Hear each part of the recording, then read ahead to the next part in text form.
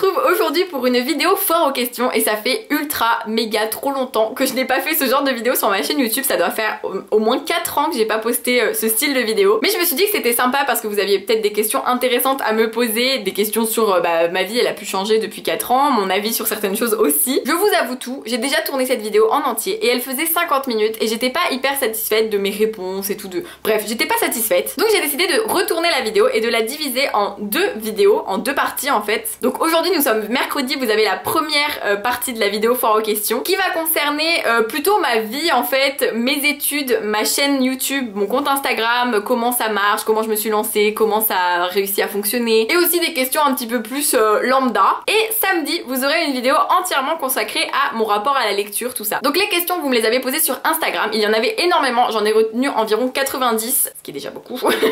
Et c'est parti pour commencer avec la première partie qui concerne mes études. Alors pour commencer, quel métier je voulais faire quand j'étais petite? Alors quand j'étais petite je voulais être vétérinaire. Ce qui n'a rien à voir avec le monde de l'édition, il faut le dire, et j'ai même fait mon stage de 3ème dans un cabinet vétérinaire.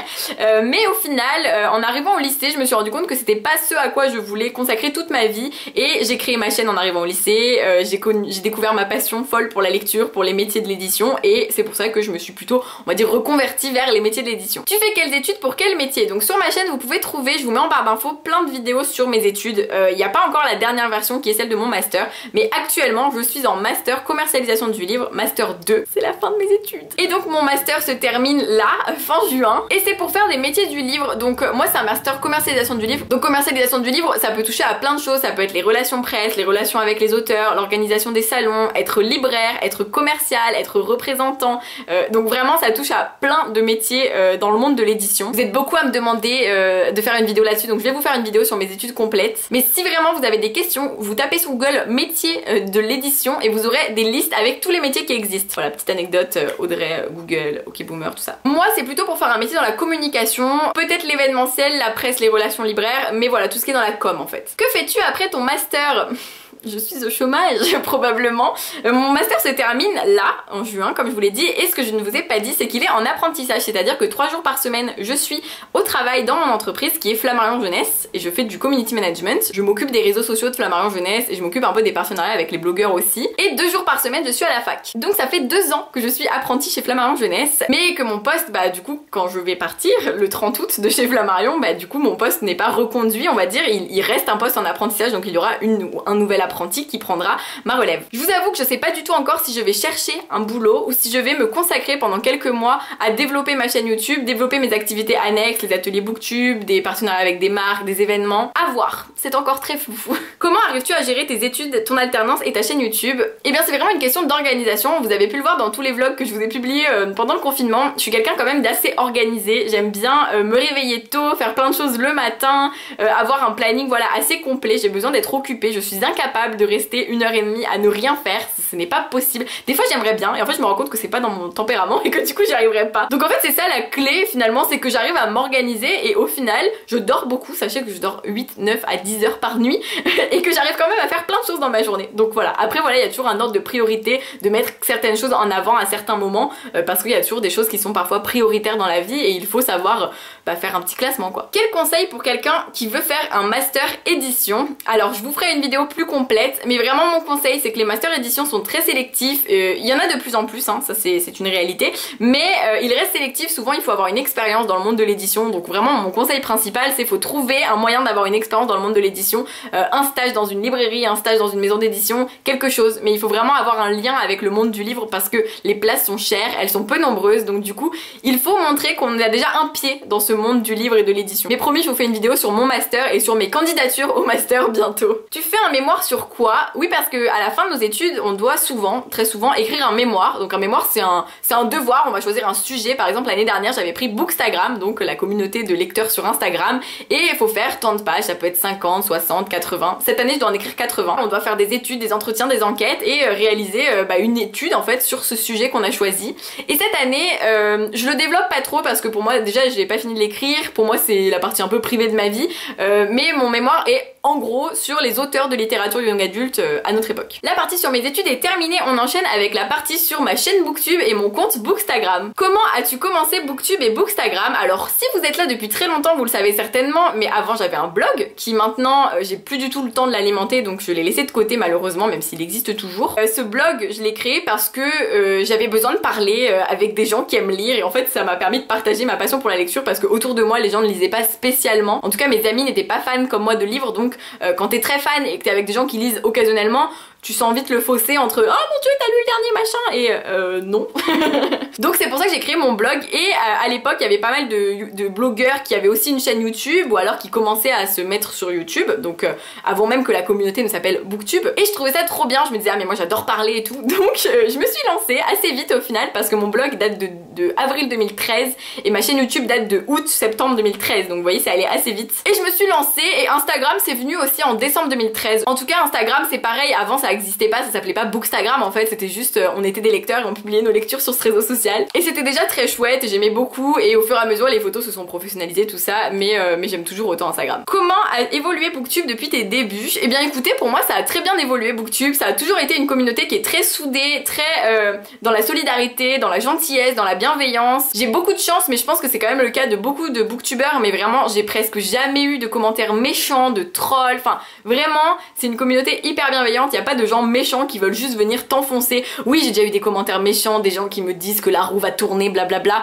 mais écoutez en fait je réussis à passer au-dessus quand ça concerne vraiment quand je me dis que c'est ridicule. Enfin vraiment il y a ce côté hyper bienveillant de Booktube qui est toujours resté, et ce que je trouve génial c'est que Booktube évolue hyper positivement, il y a de plus en plus de gens qui se lancent, et en fait c'est un truc sans fin de toute façon parce que internet c'est sans fin, tant qu'il y a des gens qui se lancent, bah il y aura des booktubeurs, des nouveaux booktubeurs. D'ailleurs je vous ferai une petite vidéo sur mes chaînes Booktube du moment, même si j'en suis pas énormément, je pense que ça peut être cool de vous présenter des chaînes qui méritent d'avoir encore plus d'abonnés. Comment as-tu réussi à te faire connaître au début de ta chaîne? Eh bien écoutez, pour moi c'est vraiment une question de persévérance, de s'étaler sur le plus de réseaux possible aussi, parce que moi j'ai commencé avec un blog, les blogs ça marchait pas non plus du tonnerre, et c'est toujours le cas, c'est compliqué de faire fonctionner vraiment un blog parce que c'est un support qui est pas aussi immédiat et instantané que les réseaux sociaux ou YouTube. Et quand je me suis lancée sur YouTube, bah là ça a vraiment bien fonctionné parce qu'en fait YouTube c'est beaucoup plus accessible, on peut vraiment facilement tomber par hasard sur une vidéo, et c'est là que j'ai commencé à avoir de plus en plus d'abonnés. En plus il faut le dire, c'était les débuts de Booktube, donc c'était plus facile d'évoluer à l'époque parce qu'on était moins nombreux, donc finalement le public était resserré sur quelques chaînes YouTube. Il n'y a pas eu de déclic, c'est vraiment une évolution au fur et à mesure des années, mais il faut quand même que vous preniez conscience que ça fait 6 ans que j'ai ma chaîne YouTube, donc 6 ans et 65 000 abonnés, c'est pas non plus extraordinaire, c'est génial hein. J'irais vraiment pas dire le contraire, je trouve ça fou, moi je trouve ça fou, mais effectivement quand on voit les autres domaines de YouTube, les domaines de la beauté, du lifestyle, du gaming, de l'humour, les gens évoluent 1000 fois plus vite que nous, mais c'est pas grave en fait. Pour moi 65 000 c'est énormissime, 65 000 personnes qui un jour se sont dit tiens je vais m'abonner parce que j'aime lire, et ça c'est juste le plus beau message je trouve que j'essaye de faire passer à travers mes vidéos, c'est l'amour de la lecture. Donc il n'y a pas eu de déclic, vous voyez, c'est vraiment une évolution qui s'est fait petit à petit et qui continue petit à petit. Sachez que mon plus grand rêve, je le dis, ça peut paraître tellement superficiel, mais j'ai trop envie d'atteindre les 100 000 abonnés parce que normalement on a un bouton de YouTube et je trouve ça trop classe, voilà. Je me dis j'aurais pas fait autant d'années de YouTube sans avoir mon bouton.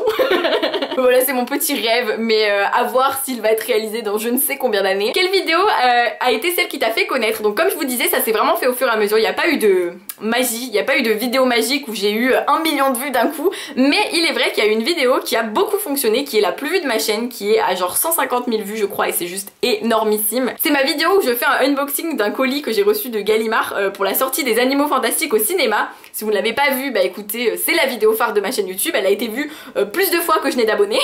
Et cette vidéo est assez drôle j'avoue, j'étais trop contente, j'ai vécu mon meilleur moment quand j'ai tourné cette vidéo, c'était vraiment génial, et elle a été hyper connue parce que je pense que grâce au fait que ce soit Harry Potter, elle a vraiment été boostée par YouTube, je ne sais pas de quelle manière, elle n'était pas spécialement en tendance, mais vraiment autant vous dire qu'il y a eu vraiment des jours où j'avais 5 000 à 10 000 vues par jour et je gagnais mais un nombre d'abonnés assez impressionnant par la suite du coup. Donc voilà, il y a quand même eu un lien, il faut le dire, hein, je ne le cache pas. Mais c'est pas la vidéo qui m'a fait connaître, c'est juste qu'elle m'a permis certainement d'avoir au moins sur mes 65 000 abonnés actuels, je pense qu'il y en a facilement 10 000 qui sont arrivés sur ma chaîne grâce à cette vidéo. Bookstagram et Booktube ont-ils changé ta vie? Oui, tout totalement. Clairement, comme je vous le disais, déjà je voulais être vétérinaire et je me retrouve à avoir une chaîne YouTube de livres et à finir mon master 2 de commercialisation du livre. Donc déjà ça a changé ma vie sur ce que j'imaginais en fait dans mon avenir, ce que j'allais faire dans ma vie, dans mes études, même ce à quoi j'allais consacrer mon temps, parce que ma chaîne YouTube me prend énormément de temps et mon compte Instagram aussi. Et puis ça a changé ma vie parce que ça m'a permis, vraiment ça m'a beaucoup aidé pour rentrer dans mon master, pour avoir des apprentissages,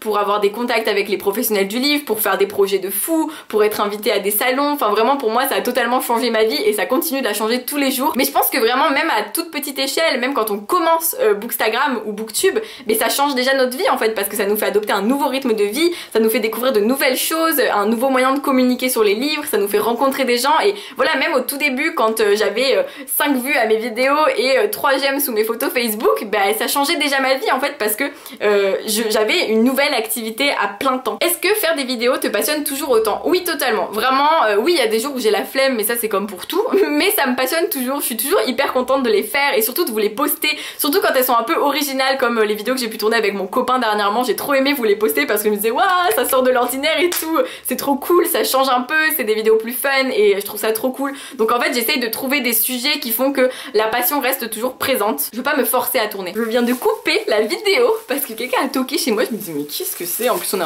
encore un peu en confinement et c'est mes voisins qui m'ont offert des cerises de leur jardin. Et alors si vous me suivez sur Instagram, je vous ai avoué il y a quelques jours que ma passion après la lecture c'est manger des cerises. C'est vraiment mon fruit préféré. Je suis trop contente. Bref, je me calme.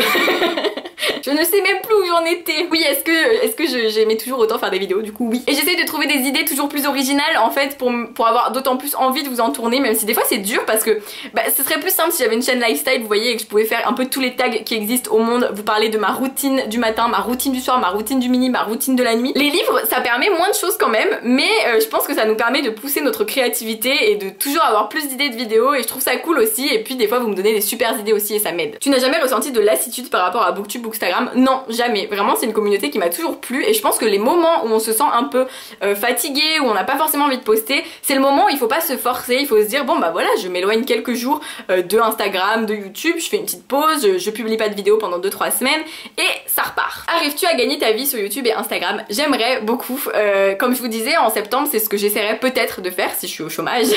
Mais c'est très compliqué, vraiment je vous cache rien, je vous ai fait une vidéo sur les partenariats rémunérés et comme vous avez pu le voir, même un partenariat qui peut paraître énormissime, qui va me rapporter 1000 € d'un coup, ben en fait si on enlève les charges ça revient à 750 € et 750 € si j'ai un seul partenariat dans le mois, sachant que c'est des partenariats qui arrivent tous les 6-8 mois, ben du coup vous imaginez bien que c'est vraiment compliqué d'en vivre. Et pareil, mes vidéos YouTube me rapportent là en ce moment, en période de confinement où vous en ai fait 2 par semaine, ça me rapporte 130 € par mois, sachant qu'on enlève les charges encore une fois que j'envoie à l'État, donc ça me rapporte 100 € par mois de faire des vidéos sur YouTube, sachant que ça me prend un temps fou. Et en fait c'est juste des fois un peu frustrant de se dire bah ouais c'est du travail, mais en fait non, c'est pas du vrai travail parce qu'on peut pas vraiment en vivre. On peut en vivre par des choses annexes, donc faire des ateliers Booktube, avoir des partenariats rémunérés, mais c'est compliqué et pour l'instant je ne peux vraiment pas en vivre, mais on verra si en septembre je développe ça ou pas. De toute façon je vous tiendrai au courant parce que je vous tiens toujours au courant. Ton meilleur souvenir sur grâce à YouTube? Eh bien c'est très dur, j'en ai pas vraiment dans le sens où j'ai vécu énormément de belles choses, de beaux événements, de belles rencontres, mais j'ai un truc à vous confier. C'est vraiment la honte de vous dire ça parce que ça fait vraiment la meuf opportuniste, mais il y a un truc que j'ai kiffé, vraiment c'est un de mes meilleurs souvenirs. En fait je vais vous dire un truc, c'est que quand on est ado, qu'on commence une chaîne YouTube, moi j'avais 16, 17, 18 ans quand il m'est arrivé un peu les premières invitations à des salons et tout, ça paraît fou. Puis je veux dire quand on suit des youtubeuses comme Enjoy Phoenix et tout, on se dit waouh elle est invitée dans des autres pays, elle va dans des hôtels de fou et tout. Et ben moi mon truc que je kiffe c'est quand je suis invitée à un salon et que je découvre ma chambre d'hôtel et que je me jette dans le lit. Voilà, c'est un truc débile mais c'est le côté waouh, genre j'avais 18 ans dites-vous et j'étais là dans un hôtel et je me disais oh mon dieu on a réservé une chambre pour moi, je vais prendre le petit déj à l'hôtel. Et pourtant j'étais toute seule et c'est bizarre en fait d'être toute seule à l'hôtel, mais j'ai trop kiffé et je kiffe me jeter dans le lit, c'est mon plaisir. Voilà, je vous avoue tout, c'est pas mon meilleur souvenir lié à Booktube, mais il faut que je vous avoue des choses aussi hein. Combien as-tu de partenariats avec des maisons d'édition et à partir de quand ça a commencé? Alors encore une fois je vous ai fait des vidéos sur ça, je pourrais pas compter parce qu'en fait grâce au fait que ma chaîne maintenant à une bonne audience et que vous êtes beaucoup à me suivre et que vous êtes beaucoup à aimer mes avis et à aimer les livres que je vous conseille, et j'en suis contente de partager plein de livres avec vous, bah, les maisons d'édition ça les intéresse forcément, les partenariats avec moi. Donc si j'ai envie d'un livre, je peux même contacter une maison avec qui j'ai jamais eu de contact et il y a de grandes chances pour qu'elle me dise oui on vous l'envoie. Du coup je peux pas vous donner de compte précis parce qu'il y a vraiment des partenariats ponctuels, des partenariats plus réguliers, mais ça fonctionne pas comme un compte qui en est à ses débuts, à ses premiers mois, ses premières années. Et pour vous dire, à mes premières années, les partenariats c'était moi qui commençais à aller vers les éditeurs et puis au fur et à mesure c'est eux qui ont fini par venir vers moi. Comme quoi, vous voyez, il faut jamais relâcher en fait. Au début, je me suis fait refuser par certaines maisons d'édition qui ensuite sont venues elles-mêmes vers moi me proposer des livres et là j'étais en mode yes. Comptes-tu un jour reprendre les vidéos arrivées livresques? Alors j'ai jamais arrêté, c'est ça que je trouve drôle parce qu'en fait j'ai repris depuis quelques mois les vidéos arrivées livresques, donc cette question m'a fait rire. Mais en même temps j'ai arrêté pendant le confinement, tout simplement parce que je ne recevais plus de livres. Mais je pense que là, probablement que je vais vous en faire une très prochainement du coup sur mes réceptions avant et après le confinement. Un conseil pour commencer une chaîne Booktube ou un compte Bookstagram, mon conseil principal, c'est de se lancer et d'être fidèle à soi-même, de rester naturel, de persévérer parce que c'est dur, on peut faire 3 vidéos et abandonner, mais il ne faut pas, il faut continuer, c'est vraiment important. Et j'espère que vous continuerez si vous vous lancez parce que vraiment pour moi il n'y a que ça qui marche, c'est continuer, aimer ce qu'on fait et si on aime à ce point ce qu'on fait, ça finit par être vu par des gens qui vont aussi aimer notre contenu et ça crée ensuite une petite communauté autour de nos lectures. Et enfin dans la partie Booktube, Bookstagram, ton entourage regarde-t-il tes vidéos? Alors oui certainement, en ce moment en plus avec confinement, déconfinement approximatif, tout ça, peut-être que ça leur plaît de me regarder parce je peux pas voir mes proches. Non vraiment, je sais que j'ai des potes qui regardent mes vidéos et ça je trouve ça ultra gênant, mais c'est pas grave parce qu'en fait c'est comme ça, moi je m'expose et voilà. Mais c'est vrai que je trouve ça toujours gênant, je me dis oh là là mais c'est bizarre, c'est mes amis proches en plus et ils me regardent, enfin je sais pas, c'est trop bizarre. Mais en même temps je trouve ça aussi logique s'ils aiment bien ce que je fais et que ça leur plaît et qu'ils m'aiment trop, la meuf. Non mais vraiment après, plus sérieusement, mes proches, ma famille, je sais qu'il y en a pas mal qui regardent mes vidéos et ça me fait toujours très plaisir et ils me soutiennent beaucoup. Je pense que cette question elle était aussi vue dans le sens est-ce que tes proches sont au courant, tout ça. Donc oui, maintenant que j'ai 22 ans, mes proches sont au courant que je fais des vidéos sur YouTube, mais au tout début personne savait, je le disais très peu, j'avais toujours un peu honte. Après c'est vraiment pas un truc que je dis aux gens quand je me présente, c'est pas j'ai toujours un peu ce côté pour moi YouTube pour l'instant c'est pas mon activité principale dans ma vie, donc je en parle pas aux gens que je connais pas parce que je suis en mode je vais pas dire hey j'ai une chaîne YouTube et tout. Mais c'est vrai que si ça devient mon activité principale, faudra que je me présente comme telle. Voilà pour la partie Booktube, Bookstagram et on passe à la partie avec les questions un petit peu où je savais pas trop où les mettre et je pense qu'à cet endroit de la vidéo elles sont chouettes. Première question, qu'est-ce que le confinement t'a apporté? Alors moi je pense que si vous me suivez sur Instagram vous avez vu que le confinement j'ai été très productive, j'ai fait beaucoup de choses, j'ai beaucoup lu, j'ai beaucoup cuisiné, je travaille aussi sur mon mémoire. Moi, ça m'a vraiment apporté le fait que si je suis au chômage en septembre et je ne vais pas déprimer d'être chez moi parce qu'en fait j'aime être chez moi, c'est vraiment quelque chose que j'adore, je suis très casanière. Et aussi que gérer ma chaîne à fond au début du confinement ça m'a trop plu, que j'aimais trop faire ça, donc justement que si je veux vraiment m'investir à fond sur ça, c'est quelque chose que je suis capable de faire parce que j'avais très peur que le fait de voir personne, d'avoir un métier qui fait qu'on reste chez soi me perturbe et je me rends compte que ça me dérange pas, que j'adore être chez moi avec mon chat, mon copain, cuisiner et tout. Bon après ça va me faire du bien de ressortir mais vraiment j'adore être chez moi, c'est quelque chose que le confinement m'a apporté et ça m'a aussi permis de beaucoup discuter avec plein de gens avec qui finalement je discutais pas tant que ça parce que j'avais pas trop le temps avant et je trouve ça cool aussi que ce soit des gens, mes amis, ma famille ou des gens de Instagram, des booktubeurs et tout. Je pense que ça m'a aussi rapproché de ces personnes là et ça me fait très plaisir. Où en est ta petite plante livre? Si vous n'avez pas vu ma vidéo des défis livresques, je vous la mets en barre d'infos, mais dedans on m'a demandé de creuser un livre pour y planter des plantes et sachez que ça n'a jamais poussé, voilà.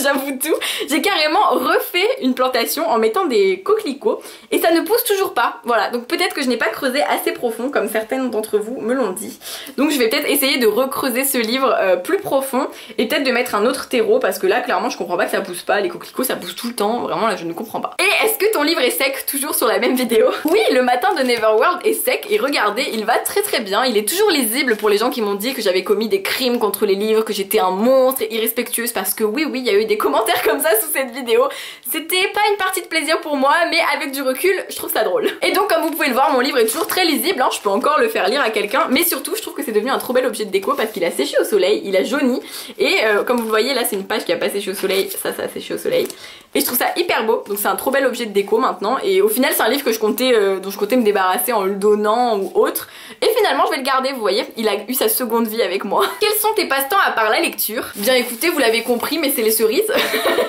Non, en vrai j'adore cuisiner, c'est un truc que j'adore, je m'en suis d'autant plus rendu compte depuis que j'habite à Paris, qu'avec mon copain on est vraiment tout le temps tous les deux et que j'en avais marre de manger des trucs des fois qu'on achetait tout fait ou quoi et que vraiment j'adore cuisiner. J'aime beaucoup jardiner aussi, même si c'était pas non plus ma grande passion parce que je suis pas ultra douée, mais j'aime bien m'occuper de mes plantes. Et voilà, après j'ai pas de passion, tout le reste, toutes les autres activités sont des activités que j'apprécie comme ça quoi. Quel est ton petit déjeuner préféré? Alors si vous me suivez sur Instagram, parce que sur Instagram je partage tous les matins depuis le début du confinement mon petit déjeuner et je continue parce qu'on n'est pas vraiment officiellement déconfiné, et bien j'adore manger des trucs trop bons, genre des crêpes, des gaufres, du gâteau, c'est ma passion, avec une tasse de thé, un petit verre de jus d'orange et souvent un fruit aussi. Banane, kiwi, fraise, cerise.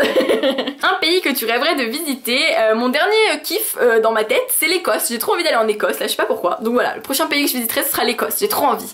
Aussi Amsterdam que j'ai toujours rêvé de visiter, mais je devais y aller pendant le confinement, donc du coup vous comprenez très bien que je n'y suis pas allée.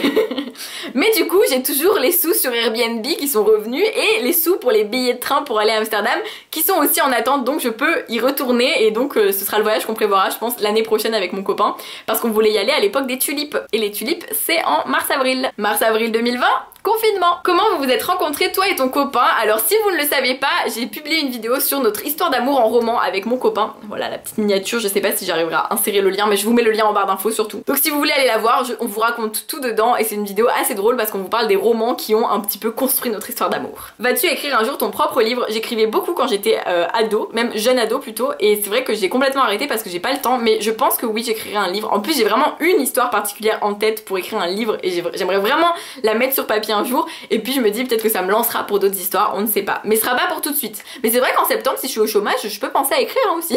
À quand la prochaine chasse aux livres? Mais écoutez, avec le confinement normalement elle devait être faite en avril aussi hein. C'est comme pour Amsterdam mais confinement. Donc la prochaine chasse aux livres, je sais pas si vous voyez ici mais là tous les livres qui sont dans cette case là qui sont empilés, c'est des livres que je dois donner, je crois qu'il y en a 80 donc c'est les livres que je garde pour la chasse aux livres. J'en ai aussi là-haut donc honnêtement je crois que j'ai 100 livres à donner actuellement.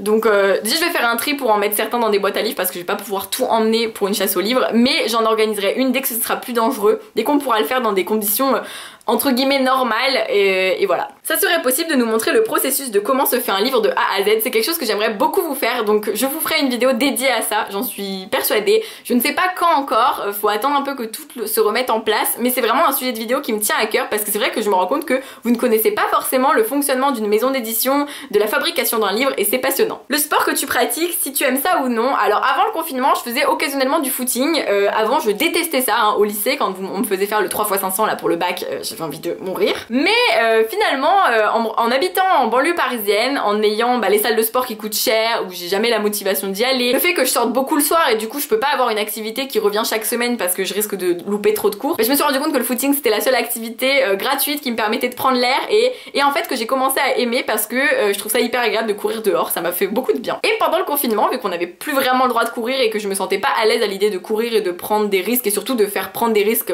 aux gens, même si c'est eux qui se promènent, mais bref, vous m'avez comprise. Du coup je ne courais plus, ce que je faisais c'est que j'ai fait du sport, j'ai fait des lives, les lives de Sissi Mua qui est une youtubeuse, instagrammeuse et qui a aussi une application, et donc j'ai fait tous les lives depuis le début du confinement jusqu'à maintenant, j'ai fait chaque soir le live, donc autant vous dire que maintenant je ne suis que muscle. Et vraiment ça m'a fait trop de bien, j'ai trop aimé et je continue du coup et j'adore ça. Donc le sport à la maison plus le footing, je combine un peu les deux. Qu'est-ce que tu préfères dans le monde livresque autre que lire, les réseaux sociaux, les salons? Je vous avoue que j'aime tout, tout ce qui regroupe le monde du livre, c'est vraiment, tout me plaît, mais les réseaux sociaux c'est ce qui me plaît le plus parce que c'est le moment où je partage avec vous, où je parle avec vous, où je vous partage mes lectures et c'est un des trucs les plus passionnants. Est-ce que tu sens tes goûts changer au fil des années? Oui évidemment, en grandissant je sens mes goûts changer, mais je trouve que c'est fun aussi parce que ça me permet de découvrir d'autres genres sans pour autant abandonner ceux que je lisais avant et ça varie mes lectures, ça varie mes avis et ça varie aussi les conseils que je vous donne. Je sais que vous êtes beaucoup à avoir aussi grandi avec moi finalement et je pense que vous aussi vos goûts changent. Y a-t-il des personnes de ton entourage qui aiment lire comme toi?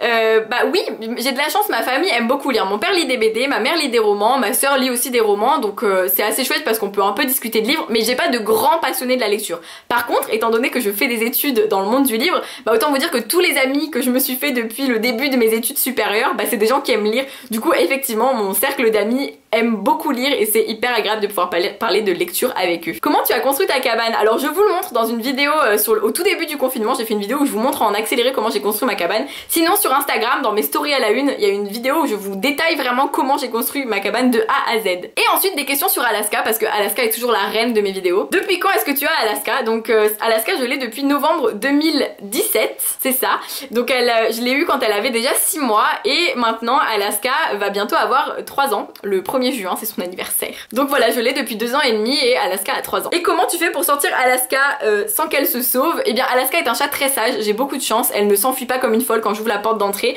Donc l'avantage c'est qu'elle peut se promener un petit peu dans notre escalier, enfin on a un escalier en fait qui mène à l'extérieur mais c'est un escalier à nous on va dire. Donc elle peut se promener là et elle s'enfuit pas, elle est trop mignonne d'ailleurs, elle est hyper sage. Quand elle commence à s'enfuir je dis Alaska et elle me regarde en mode miaou. C'est très mignon. Et ensuite sinon je la sors en laisse tout simplement parce qu'on vient à un endroit où vraiment je peux pas la laisser sortir, il y a la route juste à côté, il y a pas de jardin spécialement donc c'est pas du tout, ça ne me rassurerait pas. Puis c'est un chat d'intérieur depuis 2 ans et demi donc je ne la vois pas devenir un chat d'extérieur soudainement. Mais on la sort en laisse et elle adore, elle réclame même sa laisse et elle est vraiment, c'est un peu un chien mon chat en fait. Alaska est donc là pour conclure cette première partie de la vidéo foire aux questions, n'est-ce pas madame? Donc je vous dis rendez-vous samedi pour la deuxième partie qui sera certainement moins longue, désolée pour celle-ci qui est très longue, j'espère que ça vous a plu quand même, dites-moi en commentaire si vous avez d'autres questions, des questions qui suivent les questions, n'hésitez pas. Sur ce je vous fais plein de bisous et je vous dis à très vite pour une nouvelle vidéo. Rendez-vous samedi. Trop mimi.